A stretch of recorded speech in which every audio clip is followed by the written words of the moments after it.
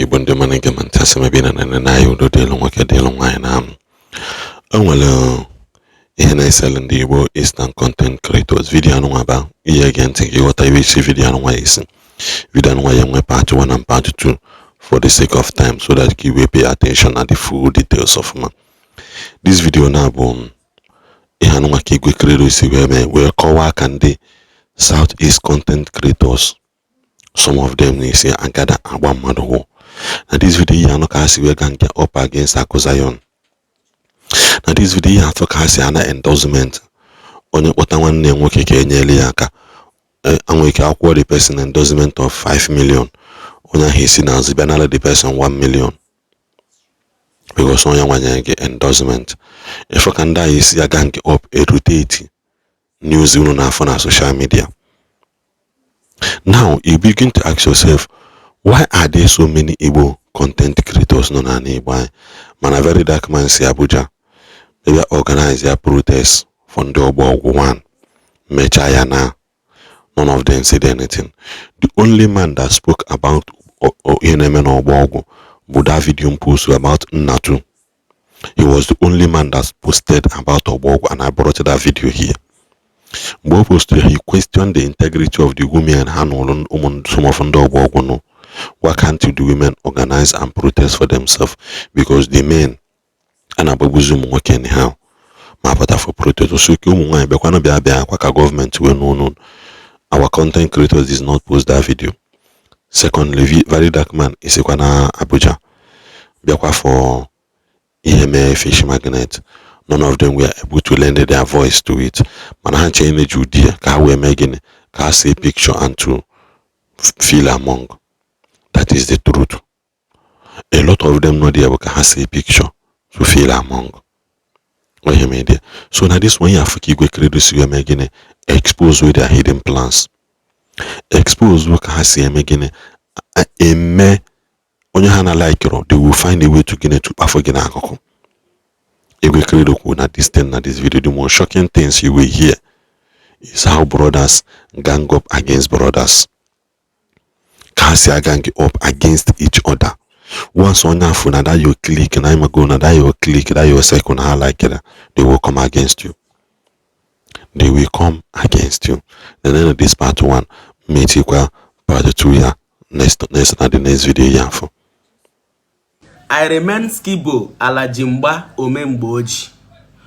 Nwatakịrị mpaghara amụ ya bụ Mbaise Ezinite to be precisely asimu no vote onye omena amarana aka Chief Mbatetom. Listen to my new name. Listen to my new name. Chief Mbatetom mpo esomimi.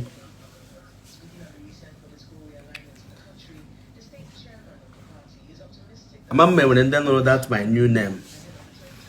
Chief Mbatetom mpo esomimi.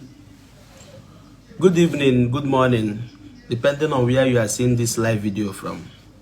Please do well by sharing this video, because this video I'm about to do now will help and clear some things going on in social media. Today I did a live section with MC Eyes and Uncle IB concerning what is going on between our Southeast content creators and Anambra content creators. If you watch well, you will see what is going on. You will see what is going on, that there is fight between the Southeast content creators, some of us, and Anambra content creators. Please, nobody should forget that name, my new name. Chief Mbatetom mpo eso mimi. Mpo hala eso la mimi. 2 seconds. That's my new name. Anywhere, don't forget that name. Chief Mbatetom mpo eso mimi. So this night now, there is something going on social media. Igwe Credo made a post. He posted picture of J-Pack, Wagaji, and Uncle IB. He said if you are an upcoming content creator, you don't want to eat poison, that you should stay away from those three people opposed to the picture. Now, I am seeing some comments and there is war and fight between these content creators. I don't want to conclude. I have heard from MC Ice. I have heard from Uncle IB. Good, if you have not watched the live video I did today, after this one, you can scroll down and watch it. Then you will understand where I am coming from. So this night, I will be giving Igwe Credo an opportunity to come up and let us know what is actually going on, because when we are looking at it, Odeka, Igwe Credo have a lot to tell us that he doesn't know how to voice out. That is why I have bring out my time, my time. Say on hanile bia, ogadregena monya porom chifum pateto, remain blessed. So it's better that Mpobatraha so that we will hear from them. Please, let's make welcome of Igwe Credo Mbem. And make sure you are sharing this live video. It's very, very important. Share this live video. I remain Chief Mbateto Mpo Esomimi. Let me bring up Igwe Credo. Everybody share this video.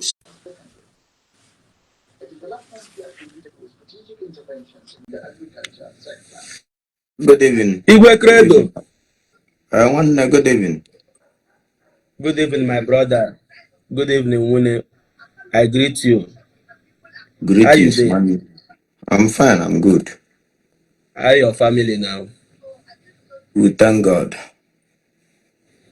Okay, my brother, a quick one.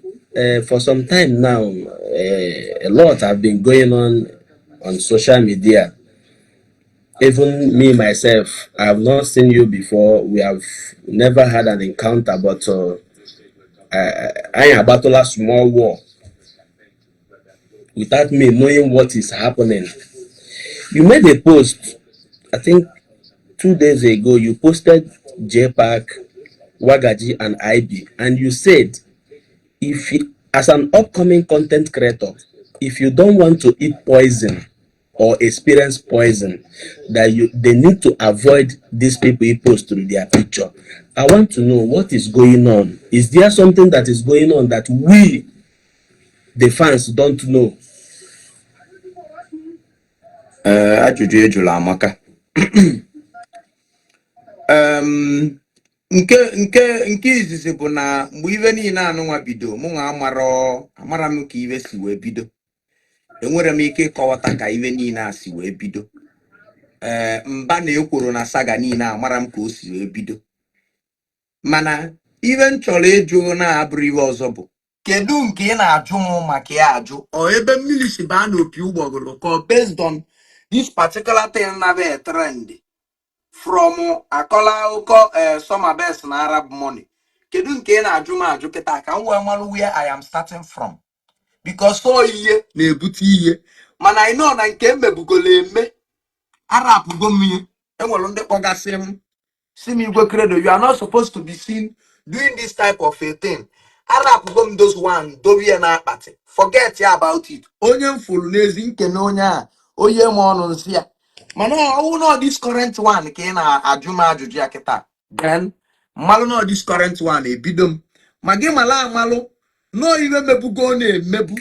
Wiwe tiri na fridge. Abịa nwezie nke menu. Achịkọtakwala ncha niile ifụzia iwe na ọnụma agbagote. Sa achọ m ịma kedu nke ị na-ajụ m ajụ maka ya kịta ka m wee mara ebe m ma ebido. My brother, ọ gakwa aka mma gị bido from ebe so that people will know where the issue is coming from. Ka hapụ igbubiri ya n'elu. It's all right. The problem dị n'ihe niile now is before God and man, ma JPAC, ma Uncle IB, ma Wagaji, ma Governor Eziokwu, ma gị nwa na onwe gị. Etu abụ isi wee kwuo na mụ na ya enwenube anyị afụnube one on one. Anyị enwenube physical combat. We just misinterpretation of ihe na-eme na social media ka anyị ji wee nwee ewu anyị nwe. Etu akwa ka ihe ndị ọzọ niile si bido. Kedu ka ihe si wee bido? During the time of 2020-2021, onye na-akpọ m ka m bịa mee skit making bụ MC Shade nke Madam Social. He's my cousin from my village. And abịa na village a na-ekwu anyị niile bụ ndị na-alụkọ aluminium mekọba n'ọnụ, ndị entertainment mekọba n'ọnụ, ndị building mekọba n'ọnụ. So whenever MC Shade call me for comedy skit, I always make out time to come. That period in 2020, when the man for year was out skit, that was when Ifeanyi Uba na-akwado.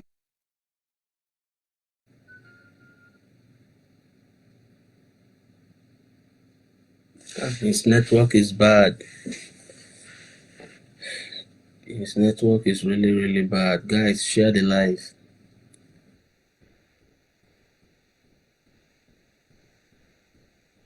What he said, and I hear him na-ekwu. Your network is kind of bridging, but go on.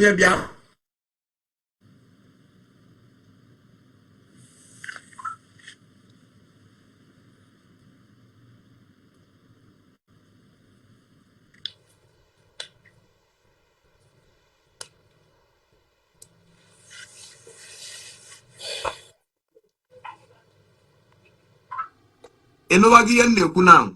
Yeah, I'm hearing you now. Somebody na-akpọ my mama onye bi ya na-disturb my line. Una man connect ya iwe atụ router. So, even in the name, mbịazi issue to the thing for waga. Anyị niile a na-emekọkwa. Maka mụ na like ịnọlụ onwe m. That is me. And I'm like mkpoko otu ma abịa nọkọ ọnụ ma ọ dị. I dey like stay on my own. Ndị ya afụ m with ndị mma na these people. Ndị kitchen cabinet m. Onye ọbụla nwere kitchen cabinet. Ndị event mụ na ndị kitchen cabinet m wive na-anọ. Ndị woman ịna kakus. Amara m ka esi wee metata one day nnọọ. Amara m iwe se. Enwe m ike ịkọwa ụwa m akịta nụ enwe m ike ịkọwata iwe selu m na waga. There was a time waga was an admin in my page. Onwe mgbe page ma nwee problem, it was waga ka mkpọ. Omelu m ihe o melu m kwụ onye osim 100,000 mechie ya onye osim 80. Omelu m ihe o melu m na my page dịkwa mma kwụwakwa m ụgwọ again. Amara m ihe mmekata, amara m enwere m ike ịkọwata iwe mme waga n'ụwa. Waga bido kpọrịwa m. Enwere m ike ịkọwata iwe mme waga bido kpọrịwa m. Enwere m ike ịnọkata. Ihe a na-agwa ịkịta ahụ na either 2024 January or 2023. Enwere m ike ịkọwata iwe mme waga. Enwere m ike ịkọwata. Onwe ebe ọ ya anọ kọwalụ m iwe mụ na iwe mmelie n'ụwa anya ka ọlụ m. Waga bido kpọrịwa m. Na credo wụsa. And the most important thing na mụ na waga emekọnube business. Anyị emekọnube iwe ambassadoria. Mụ na waga ejenube ebe ọgaranya. Mụ na waga ekenube ego. The only business mụ na waga mewu na my page had a problem. I called them see shade. Ọsị m kpọọ waga. Na onwe ka waga va si bypass. Ka iwe a na-akpọ ya IP.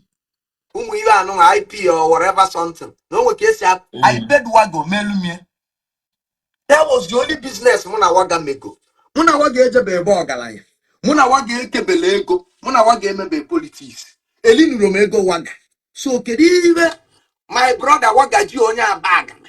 Ji every time ọkpụrụ credo n'ọnụ na nji wee dị ụsa. Na ma na-asaka. Everything waga kwuga about me, voice record ha ncha niile dị down on my laptop. I dey store all of them. Because I don't know what is all this. Enwe m ike ịkọwata ihe mme waga. Okay, before now, nke waga ji mụ na J Park na-adị na mma. We are very good friends. Ama m na J Park nwere ndị ya na ya anara atọ, but I maintain my cordial relationship with J Park. Mgbe m na-eje na nke akwa ana m afụ J Park de. Ọ bịa ọlụọ MC nye mụ ga-ama mbem m. Ọ pụta olu otu ọnụ m ịma mbem ọ kpọnyite m nye m mic mma mbem. Anya na-aga. Ọ baala ya, ọ baalụ m. O nwere anything mụ na J Park nwere ilo. The problem mụ na J Park started mgbe ọ sị na ọ na-eme wedding. He added me in the group. Kpọọ m sị m na ọ tikwe na ọ ya etikwe m na group nsị ya tinye menọ n'isi agụ nsị ya tinye o tinye. Abata na group. Asị na a na-akwụ 35,000 maka akwa. I paid. I was preparing myself na mma abịa the wedding with my wife. Unfortunately na Asaba ndị court chọrọ na strike then. and I want to do my court wedding. The court we extend their time my court wedding forward. Where that day, and where my Isiago normal Isiago, Nkende Mpamada, and Kenya and Keji Malundibo, then I Keji Park, Vanche the Chenya, the Tina in our group. I told my boy, just tell him Isiago, Nana trouser black. Can we making it? Makachom call the cultural. The track at the boys will them. Where chili Ranamu, where chilla what J Park in there. Mboji well lute Ibema go. In fact, Emma go cut wedding. Makeme Chonya Monia. I watched the tower up on Wayachita on KJ Park. I didn't feel anything. I didn't think of anything. Umura even to Makaje Park more wedding here. Njiwa ila on Fulanya, Waynaro, Balon me wedding. Every time this wedding, I want the update in Dovie. This update. Lately, after 2 days, can drop with the update. And I drop on me based on because the wedding I just mentioned. What a few of my friends, Chifimo came that day. What over Jena one restaurant in Asaba. Luoda and ye little TGB around 12. I am my club on my. I didn't do it in a loud way, just metal something. Balloon.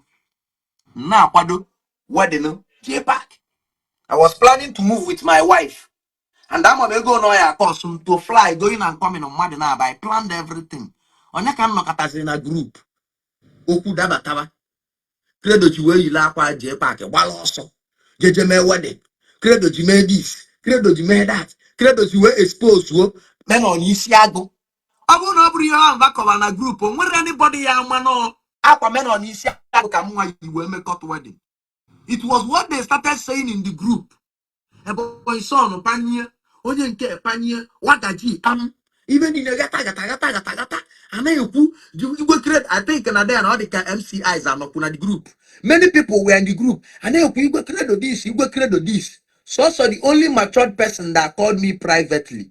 But this only 1-2 MCs and when I Lagos more of none of that group that day that time. Mom see me go down reply these people. Nda banti nda chagi nda piawagide mazu ona disem kaya sina na mbulu mmade na this group. I felt unsafe at the time. The voice munye ma na anu munye msem onda anu na agwa udo okwu a ka ị na-akwado ka gị na baje n'ọlụ na ka anyị na baje n'ọlụ na Lagos onda anu na-ekwu udo okwu a na group about you ka ị na-akwado ka gị na baje n'ọlụ na Lagos. Number one, I know you as somebody another I like you too. My group. I know the group my NYSC, my family group, and the group on the Rock Link. Once the group was on my phone. My two same. My wife was some bakwao, and I acquired this wedding. Nanda Piawakatande Kukatoko about me. Now I wonder. See, oh, Mandi could tell me even though before I felt unsafe in the group.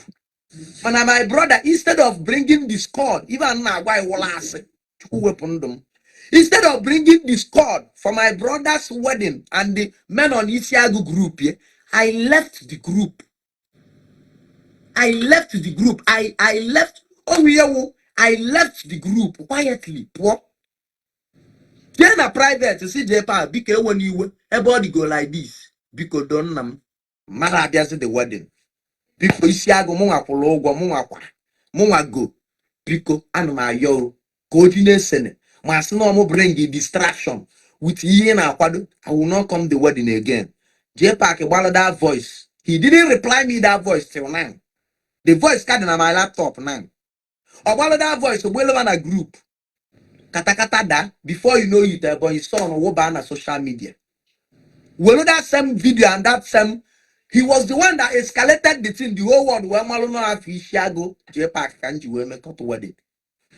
Wedding over almost 4 days. He escalated it on the media. And he put so many things. And then when on a group, I hear Okon, Lodge Corner Full Hotel, Putakona, Bani Mail, Bachelor's Night, Putako, Jenka, Putako, Yuka, May wedding, May this. We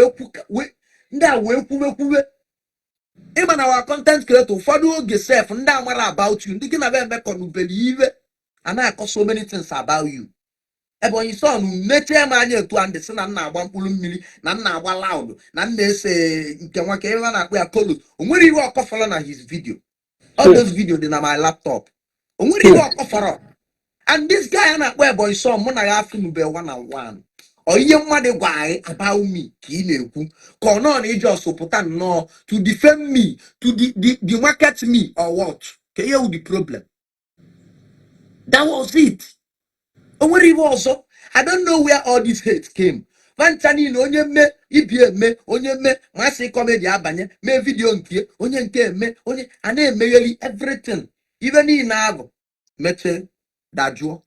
Emecha wee bido saga nke keduma Ogechi.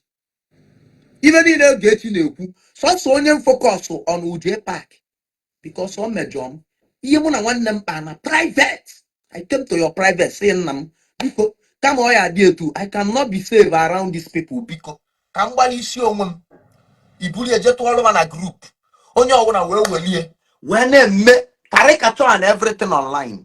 O nwere ihe a na-eme na affect mana onwe iwe onwe ka ya esikwu katasịa you will come out to defend yourself ka o ji na-adịna ka ọ na ịmara ekwu. Yes. Ama m ekwu and most of them know I know their details. Most of them know I know their details. And I know with the big men and I come back many people.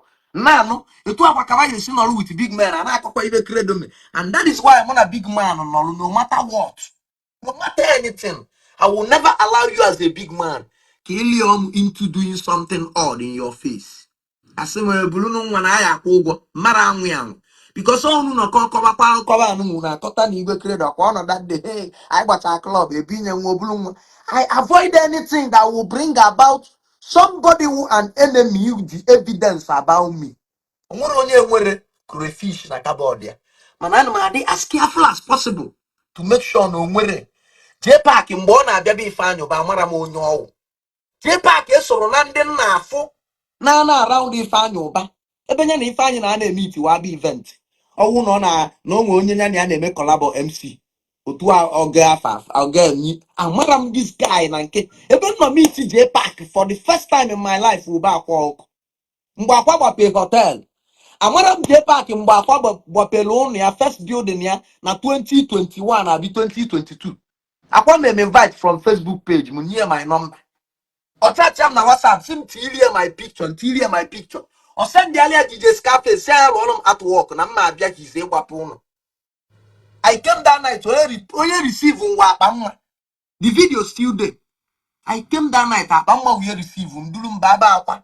Dulu m akwa leda ta anyị niile wee yele ba na akwa ọra si na akwa ọra wee pụọ na field. I never saw ndị mfụlụ ebe a ebi ọmalịcha ya na this guy na-akpụ galaxy na-emekwa MC nọkwa Ọnịcha. Even I would the kind of people mfụ there. Ya na this man a na-akpọ Zero ụwa. From J-Park there. I came to know J-Park even on social media. But I pay hotel. I'm not bring J-Park before. Na hotel akwa Golden Egg can normal J-Park. O nwe nke o metete video si o ji wee wụrụ ya kpọbata mba akwa o ji wee wụrụ ya kwa m n'ọkụ J-Park ọ wụrụ gị nwakwa m n'ọkụ kedu ibe Junior Pope na Ifeanyị Uba mere kedu ibe ka esi mere J-Park kwa m nwa Igwe Credo n'ọkụ ọ sị na ọ na-awụ mbịaba akwa na-alịgharị na fence na onye nwa na-esi na-eji microphone kpọọ m sị m bịa ma Mbem etu a nnọkịta with the capacity na aka Ifeanyị Uba ji wee zoom when I came up to the limelight. Awawulu J-Park akpọrọ m akpọ event mbịa Abama recording studio na-emela akwa MC J-Park nọ there na-emekwa MC. These are the two people and mụ na akpa mma maka isi alụ anyị maka isi alụ maka ọmụ na ya na-ayi sibe akwa nawa ọka elute na nkwa Enugu ukwu mgbe anaba nri during that Christmas period nya nwa agbalụ nawa ọka anyị pụtabakwa na erikọkwa ọnụ mapụta J-Park akwa na-enye hotel na hotel ya mana ọ nara enye mụ na akpa mma anyị na-ana everyday ọ sị ya wụrụ 4 am 5 am anyị na-esi ọbana everywhere so once ka nlalugo na nke akwa na hotel akwa so once ka nlalugo there. So n'ime na-akọwata awụrụ iwe ọzọ bụ etu a ka akọ mụ na J-Park na onye Uncle IB mụ na enwe mgbe problem. There was a day Uncle IB mgbe obibe mgbe there was Mbem Asaba. There was a day Uncle IB Biala Asaba. I was shooting my school video gusulu na second Niger breed. IB na agba fete form and you can bata. Even normal IB una adoration on baka. When they stand baka online. That normal Uncle IB. I never knew him before. I never knew him. Agba fete mbido free na social media. Olo that do agba fete. Or join them solo make video. I make a video di good. I know. I've done business with Uncle IB. Even when I tag in make content, I bought it from Uncle IB. I know so many people in your number for Skylink and other things. My content monetization. Mun IB enwenuro anyone. Mun enwenuro issue. Na mona we able chairman na association. E potasia. E wa wonye gi ni enwere issue mba. Etu aka IB is where bata in the picture. Massive comedy. Muna massive comedy. I don't show. Amara apart from muna massive comedy, make on go comedy. Mwa na abịacha nọrọ nọ n'ime moto m. MC Shade olu oto ọnụ m iso shoot m pụta shoot o bakwa na moto m. Masị na-ese abịa. O nwe machine ọ na-anya den. Ọ na-ebu abịa. Ya na dibia highway. Amara m ka mụ na ya. Enwe m ike ịkọta no MC Shade kpọkọ mụ na these people. Masị na kedu ma wanda. Amapụrụ m these people before. Nwere ibe na-eselu mụ na masị ebe a. Masị nwere mbọsọ ọfụ mụ na oko. Lituo na moto m nyanwa nọ na machine mbịa anya ekenecha onye ọwụ na gaba enwere ibe ji onwere ibe etu ụlọ kịta enwere aja ibe mma ama m these people. Okay, finally let me rush it. Finally I'm on my house. Jesus ụmụnri for my manager. Akpọ my manager si ka anya na ya jee na nke summer best. Okay, Jesus ụmụnri kpọrọ gị. Jesus ụmụnri kpọrọ my manager. Okay. My road manager ka ọkpọ si anya bịa guru machine ya ka o buji ya na nke summer best. My manager wee jụọ ya kedu ebe be summer best dị. Ọ sị ya na ọ mara na side Agụata. The boy wee kpọọ m wee sị m na Jesus ụmụnri si na ọ chọ ije na nke summer best. Ịghọtago? Mụ biko na ọ chọrọ ivu machine jede based on ndị anụnwa na onwe ebe machine na-agba na Anambra nwe ebe ọ nara agba. Mụ biko ọ na o nwere ibe m na-eme mụ bupute moto ka anyị jee kama na Jesus ya agba fuel nsị ya oloda Dave agwa m oloda money na ọnyalụ machine ya bịa be m park ya mbufute moto m anyị ebulu moto nara village. Luo village jebe Jesus ụmụnri bulie anyị esi my village jebe. What they told me na be summer best wo pass m no kedu za obodo ba gbade m n'ọnya around that Agụata area Obom. Ọwụrụ ụmụ obom dị onwe village ba gwa m n'ọnya. I can't remember village ba kpọla aba around there ihe mbọs oyibe ba gwa m ngwachi oke nruo data ụmụnze junction ka m gbazia ụzọ Igbo ukwu kwụ anya straight daftazia the other way. In fact onwe ka wasi gwa m the thing my manager gwa m o welu ka anyị na-eje Jesus ụmụnri wee kọwatala m sị m na-agacha ụga abanye aka ọkwa wee si aka ọkwa gava afịa aka ọkwa wee gbazia straight getu mee ka na-eje ike duru wee si oke ka ejebezie anyị wee jebe. We came to summer best house mpark ya moto na n'ime moto. My plan was Jesus ụmụnri rituo na moto o jebejefu onye ọbịa ala ịfụ even na agwa with the pure truth. Oh na Jesus na ebe ọ na confirm me o jejefu onye ọbịa ala ịfụ. I park close to the gate o jejefu onye ọbịa ala ịfụ nọ na moto. Jesus rituo na moto na-eche m ọ nakọtazi asị m igwe ọsịkwa anyị bata n'obu nsị aba anụ ji eme n'ihe ị chọrọ ime ọmọs na mma eso na ma kwadola isowu ifu na-etu ndị na ma nara adị etu uwere abịaba ọgaranya ọsọ m bakwara onwe ka ọ dị na nsi ebịa etu akaba si gachagide mva na abụ wee lituo wee soro ha wee ba wee meetie summer best.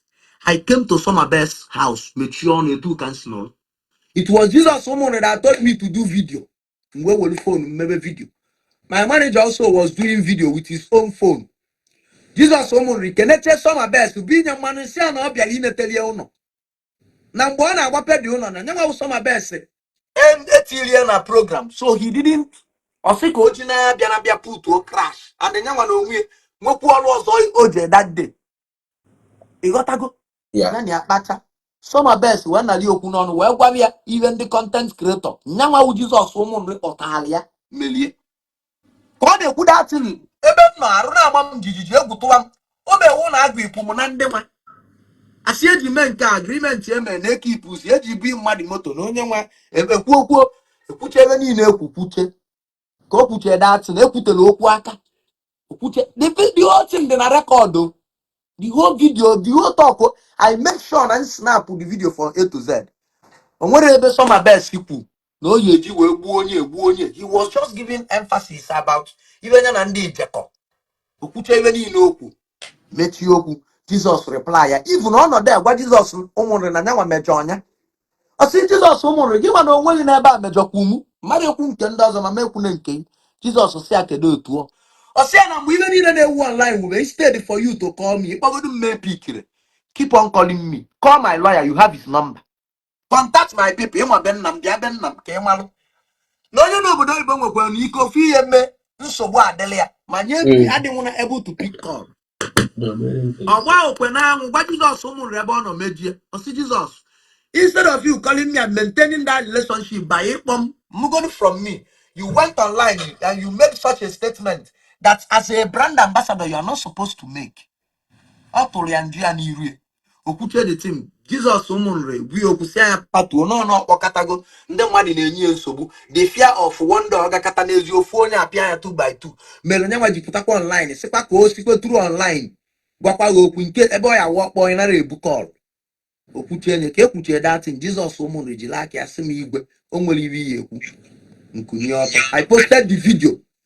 It was not cut and join. It was not doctored. I posted it the way they snap it because when we did it, I came up I came up see summer. I thank God kids well gota. Ndege na valo lolo. Gota that na gina made digvuna mma e mesie una de kwasa na mma. E make it everything gina onya basically I made the video.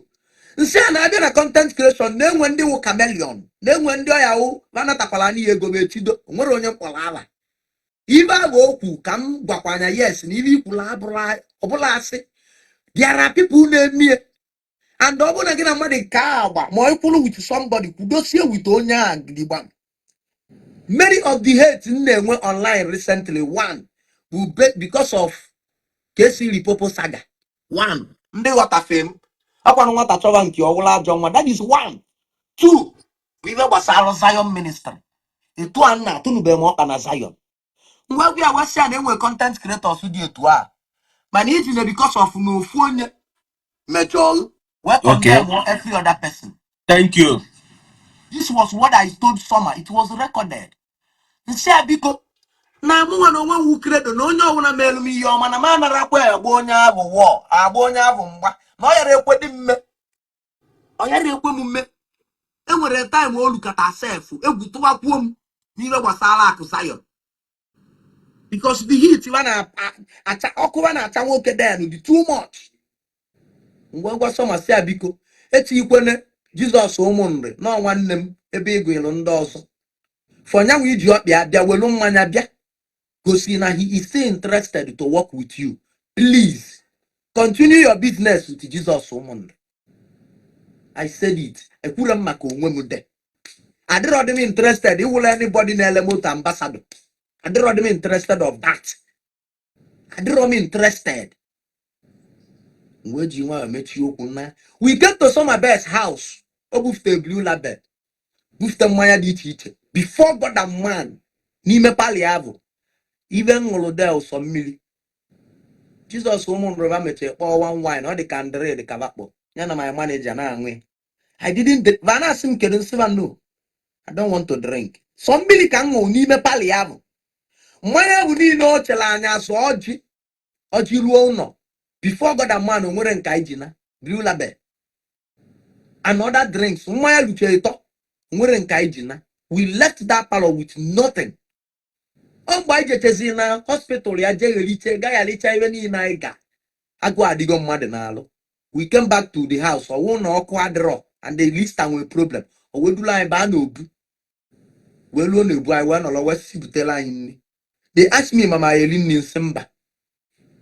Whatever na akụgbamgbam ka na-eli. You get why? Because with even na social media, ọ na-emezi m njegodube mmadụ ana m adị. In fact, mgbe mbata be some best ana m ezi eze. Maka amara m oso na enemies m nwere online. Amara m oso na ndị na-agba m online. amara mo so na nda akogo la ji ba about me online. So even in ni bia mo enwo mmanya bia fiamalu. Even na agwa you pure truth. Ask anybody sign he will tell you. Ask someone he will tell you. Ase muli enu ni se na mai so makwechiri. No nwere ka mbe si bia ma memetu ni yon. Se na anu mo mmili osimba. Na mmeli ni bia. Na hu na mmade bata bia olile ni na ọ na-ewu iwe. Na mmade bia elie ni na ọ na-enyi obi aṅụrị. Etu aka esi bubata rice. Awe su bi ilum rice. Just so bele rice nsi bata ilum. Lie the rice. Mgbe na eri the rice o me like ono life. He videoed it mgbe na eri the rice n'ime obu. And they rim the rice nwutofu mmili.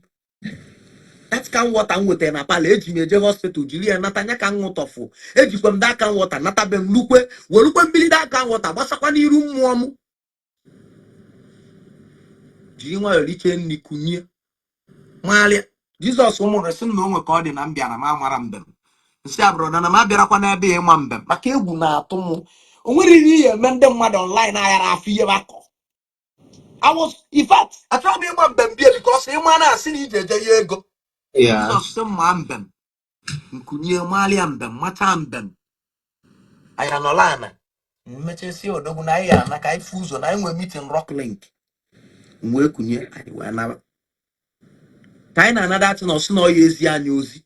O nwere drive ọkpọ si anya na alụ Jizọs ụmụnụ ya akaụntụ ka ozi dị mma. Ọ sị nọ anyị were ogbe fuel. O ziri ozi 200,000 ka o zite n'iru Chukwu na n'iru mmadụ 200,000. Jizọs ụmụnụ gosi m alat ka anyị batala Ọka. Jizọs ụmụnụ jụọ m ka anyị esi kensi ya nna gị maka anyị bujere ozi jide 100 nye manager m 50 nye m 50.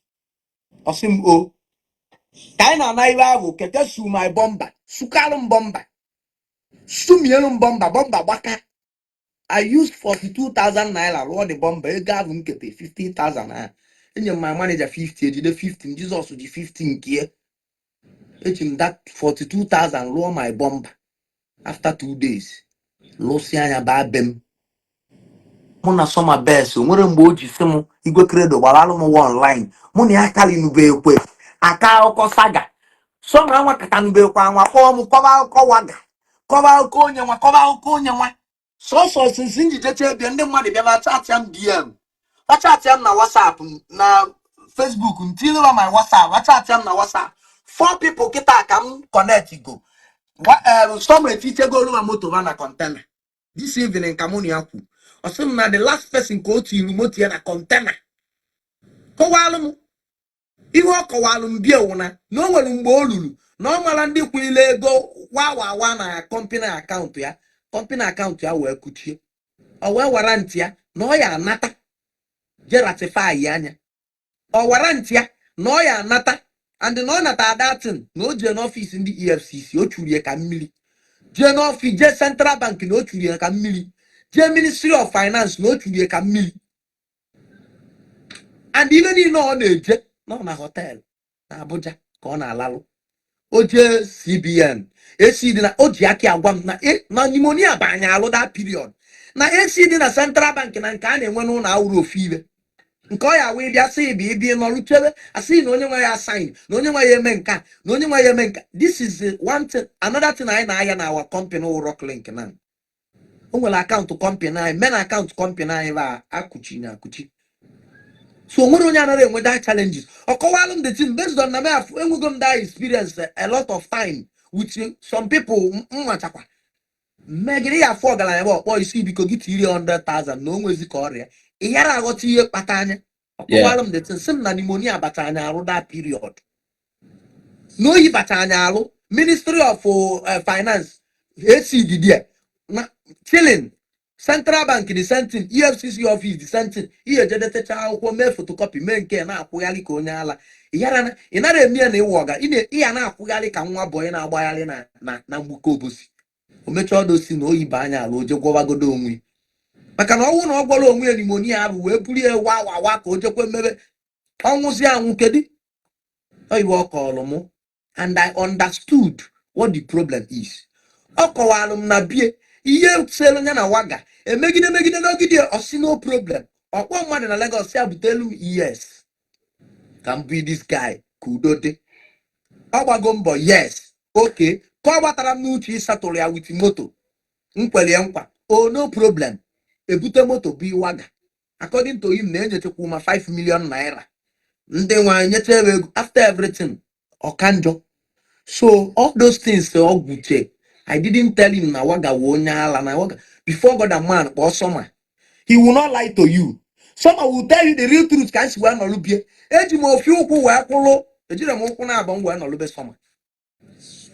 For the fact go na nya na waga na atogodu. Mo na nya na waga adif na ma amagom na ye nwelili kepu kepu. Maka o nwere ebe waga ba.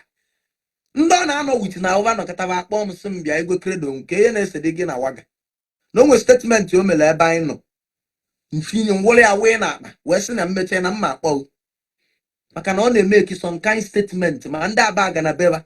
Ọ na-emeki some kind ekwuite okwu Igwe Credo ọgbụ. Onwege ebe a nọ na-akpa na Igwe Credo yeso na ambassadors aya sign waga kwuo okwu ajọ okwu about me. Gasa the deal.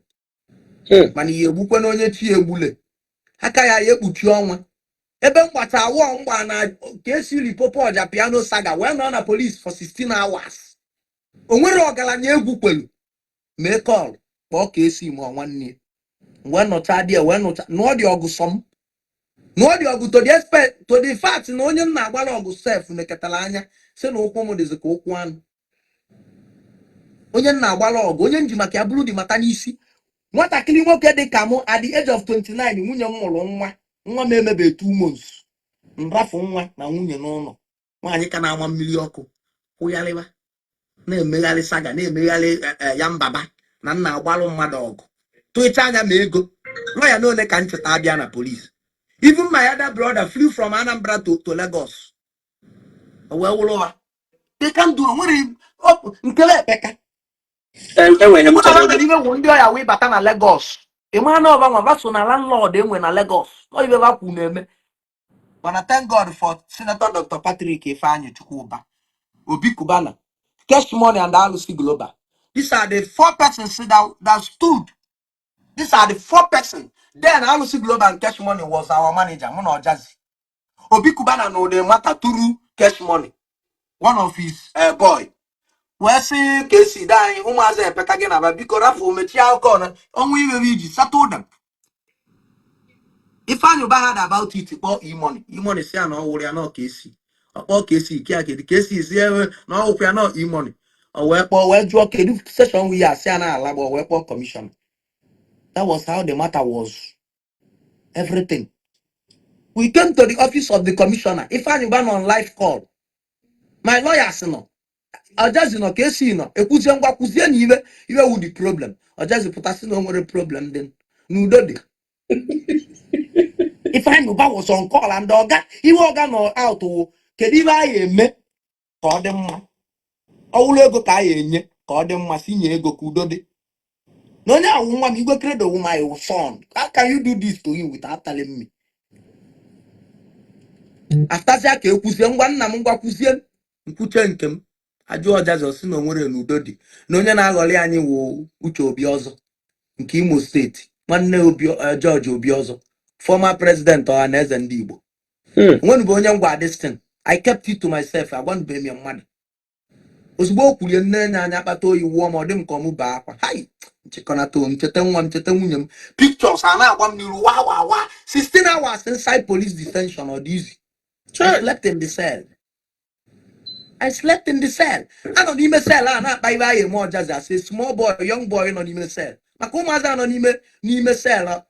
How can they work orgy for even the new?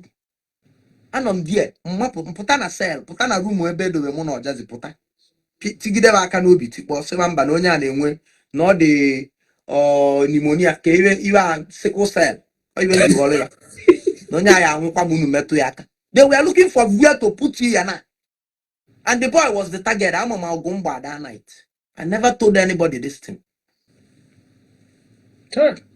So now I won't put on why you name just I leave it.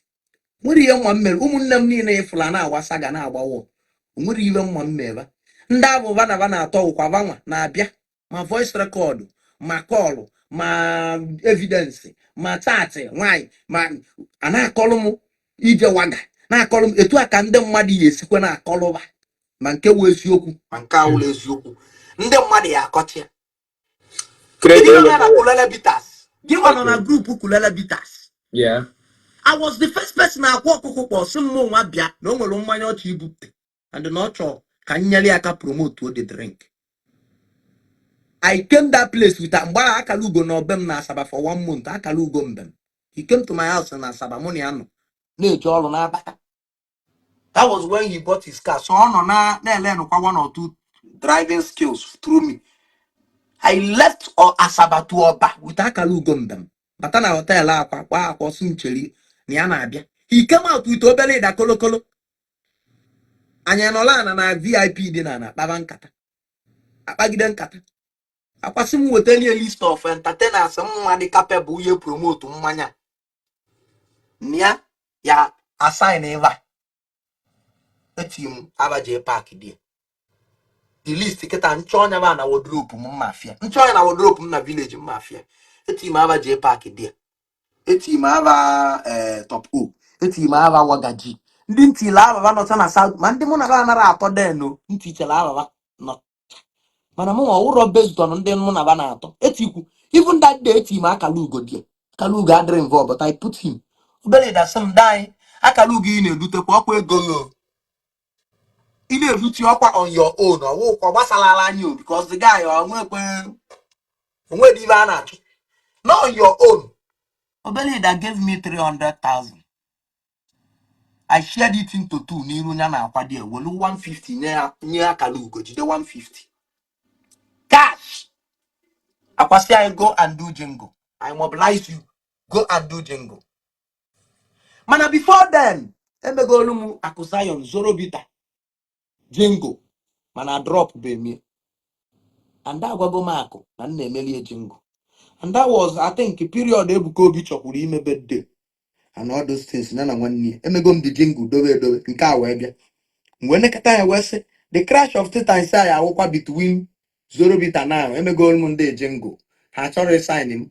Mana ndị nke nwa ewetego ego mobilize ya kedu ibe mmemme this and that before after everything ekwekọrịtago m na mma arapụ zoro just ka mmerụ zoro jengo ha wee promote wee ka nsobe kulele nnọọ ebe nnatago ego onye ka anọkọtazi one day obele dakpọ m sị mmadụ jengo adịgo ready nsị ya mba na ọ dịbe ready emebe m eden o wee sị m na ya adị m na group ọ sị m na izutek ya adị m na group o wee adị m na group ebe a ka m pụta afụ unu niile awekwuwe. You can bear me witness the day put on a group who say no when even J Park post to with the kulele bitters and then doka. Na ma like rea. No when you post to on a cut on doka. Tine kulele bitters ni me. Webster a group we west. Nambanya woman ora. Nandoka yangwe and ando men and yangwe. Une tine manya une position on this promotion towards this angle. Rapu me even unu tiba Saga ndoka banya. Rapunu anything zoro kulele bitters with ndoka. Don't magic with ndoka yangwe and the ordinary yangwe biko. Nkutenye. I called Obele that privately say organizer biko. Call J-Pack and caution him. Yet is na manya Saga with ndoka. At least ne promote mwanya promote we me ndoka no me bendo ordinary. And as of that period, SSCwago maka ebende ordinary ndidi piano. I think that period they declare government and ndidi age business. Anything unko ndidi piano ma desia. Because that time I never go to na government na etilu anya. And the DSS na etilu anya. Mo miligodo onwe m n'oge. Isi me bania. And I chọrọ m anything. Unu rụrụ mmanya na ọsọ ndị ọdịnala ma ndị dibịa ya na-alụ ya. Unu agwa m. Emegide wo dị too much onye ekọ wa ga-ekwuo J-Pack ekwuo wa gara J-Pack na-akọ na-apịawa m azụ na grupu nnekọta ya si n'olukwe ofu okwu ahụ. Eji m aka m jejeli de resignation letter. Eji m aka m de resignation letter si unu biko na ọnwụ na-etu ka anyị esi wee biko na m adịrọzi interested. Etu aka m si wee mee gịnị? They tender my resignation. They to kwuo na mma refund that 300,000. Akalugo ka nọ na the group Nji nwa yopo na the group. I left the group. Obele da si na mbiko. Tilu ma account ka nkwuchie ego. Asim na ego nyem cash ka na asị kedu ọnwụ na gị na je park nwe problem unu eje settle anya unu ebutezini ya abịa n'ihe anyị na-eme nke nwansi a broda ọkwefu this strategy je park chọrọ iji wee promote mmanya mmadụ emenwe zoro bita niile nlele akụ Zion zoro bita dị 100%, 85% wụ ndị ụka asịkwuo m ndị ọdịnala wụ ihe golie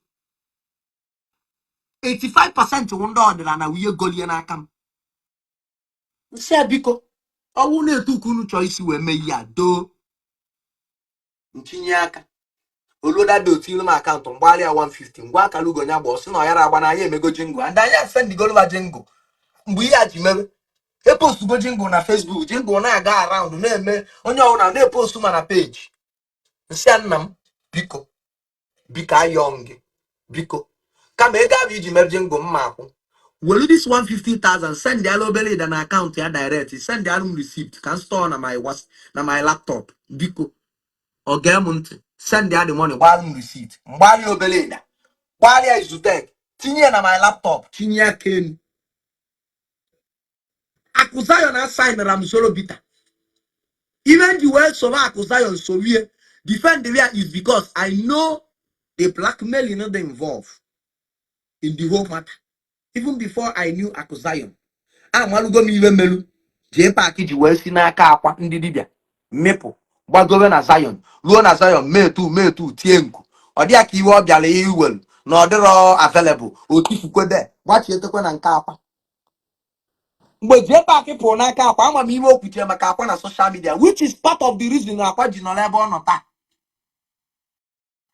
yes o je park bụ ụzọ wee nyere gọọmenti awareness na akwa ọkụkọ na ndị otu na-eme ibe dị itu before ndị Anambra State House of Assembly wee tinye aka before iwe mezi na onye otuwa nke izi egwu onye otuwa nke egwu onye ha wee tinye aka wee create a law gọọmenti wee weluzie that law wee jide akwara o ji park meghe gọọmenti anya na-akọgasị so many things ọkọgasịrị that time before akwa ebe inye moto so till tomorrow I will boldly say o ji park dobere akwa ebe ọ nọ kịta because ọ bụrụ na iwe ezigbo mmadụ etu a nọ kịta ọkwa ifere ife anya ụba Junior Pope let me tell you Junior Pope my business mụ na ka esi ripopo mme Junior Pope mgbe ọ nọ ndụ mana ife niile m na-ekwu about JP ka ma abịa ka esi wụ eziokwu mana he didn't come out to say Igwe, but he will always call me see me Igwe butuo that video emesina this thing don't worry I will follow these people calmly don't do this thing don't make it was Junior Pope that told me to go and do that video we did in the hotel one apartment in Angozika Estate that I should edge him. I was going somewhere with Ojas in Jim apartment for 1 hour when Oludia made the video. I had no business with that apartment. It was him that told me to do that video. Even kuna Junior Pope, na KCM was a problem because no problem. It was Junior Pope that told me to do it. No one make that video that they will call me and settle me. And I did that video. Make sure I 2 million.